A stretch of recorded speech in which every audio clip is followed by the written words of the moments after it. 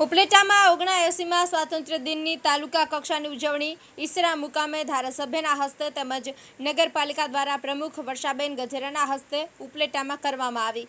15મી August સ્વાતંત્ર્ય દિવસ નિમિત્તે ભારતભરમાં તિરંગા લહેરાવી આઝાદીના પર્વની ઉજવણી ધામધૂમથી કરવામાં આવે છે અને આપણા દેશ માટે આઝાદીની લડાઈમાં શહીદ થયેલા વીર સપૂતોને યાદ કરવામાં આવે છે। ત્યારે દરેક શહેરોમાં સમગ્ર ભારતવાસીઓ તિરંગો લહેરાવી રાષ્ટ્રભાવનાથી દેશભક્તિના સહભાગી બને છે। આ દિવસે દરેક તાલુકા કક્ષાએ વિવિધ કાર્યક્રમો યોજવામાં આવે છે, જેને લઈને ઉપલેટા તાલુકાના ઈસરા ગામે તાલુકા કક્ષાનો ભવ્ય કાર્યક્રમ યોજવામાં આવ્યો હતો।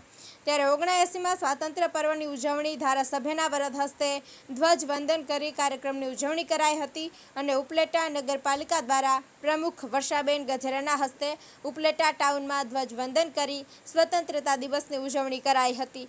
આ તકે ઉપલેટા મામલેદાર, ઉપલેટા ટીડીઓ, વિવિધ ગામોના સરપંચ, શિક્ષકો, દરેક સ્કૂલના વિદ્યાર્થીઓ તેમજ વહીવટી તંત્ર બહોળી સંખ્યામાં હાજર રહ્યા હતા અને ધ્વજવંદન બાદ સાંસ્કૃતિક કાર્યક્રમો યોજી તાલુકા લેવલે સારી કામગીરી કરનાર લોકોને શિલ્ડ આપી સન્માનિત કરવામાં આવ્યા હતા। તેમજ નગરપાલિકા દ્વારા સફાઈ કામદારોને રોકડ 10,000 પુરસ્કાર આપી સન્માનિત કરવામાં આવ્યા હતા।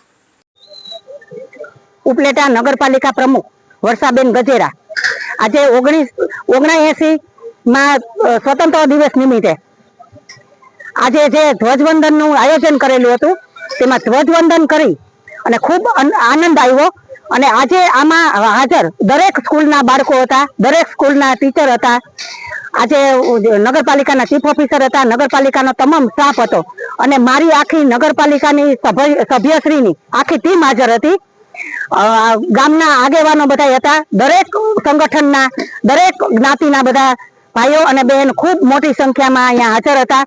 આજે જે આ સ્વતંત્ર દિવસના નિમિત્તે જે ધ્વજવંદન કર્યું ત્યારબાદ જે સ્કૂલના બાળકો હતા અવનવી કૃતિઓ કરી અને ખૂબ કૃતિઓ અમે જોઈ અને ખૂબ બધાને ઇનામ આપી અને બાળકોને ખુશાલ કર્યા અને બાળકો ખૂબ રાજી થયા। અને આજે અમે જે ઉપલેટામાં સાફ સફાઈ કામદારો જે સાફ સફાઈ કરે છે એ લોકોને જે વધારે સાફ સફાઈ કરતા હોય, જે રોડ ઉપર વધારે સ્વચ્છ હોય એ લોકોને અમે એક વ્યક્તિને 10,000 આપ્યા, એવા આજે અમે 15 વ્યક્તિને 10,000 આપ્યા। તો એ પણ લોકો ખુશ થયા અને બીજા લોકોને પણ જાણવા મળ્યું કે આપણે પણ હવે આપણા વોર્ડમાં સ્વચ્છતા જાળવીશું તો આપણને પણ બીજી વખત ઇનામ મળશે। અને આજે ખૂબ આનંદનો દિવસ છે, આજે ખૂબ બધાને આનંદ આવ્યો અને ખૂબ મોટી સંખ્યામાં બધાની હાજરી હતી।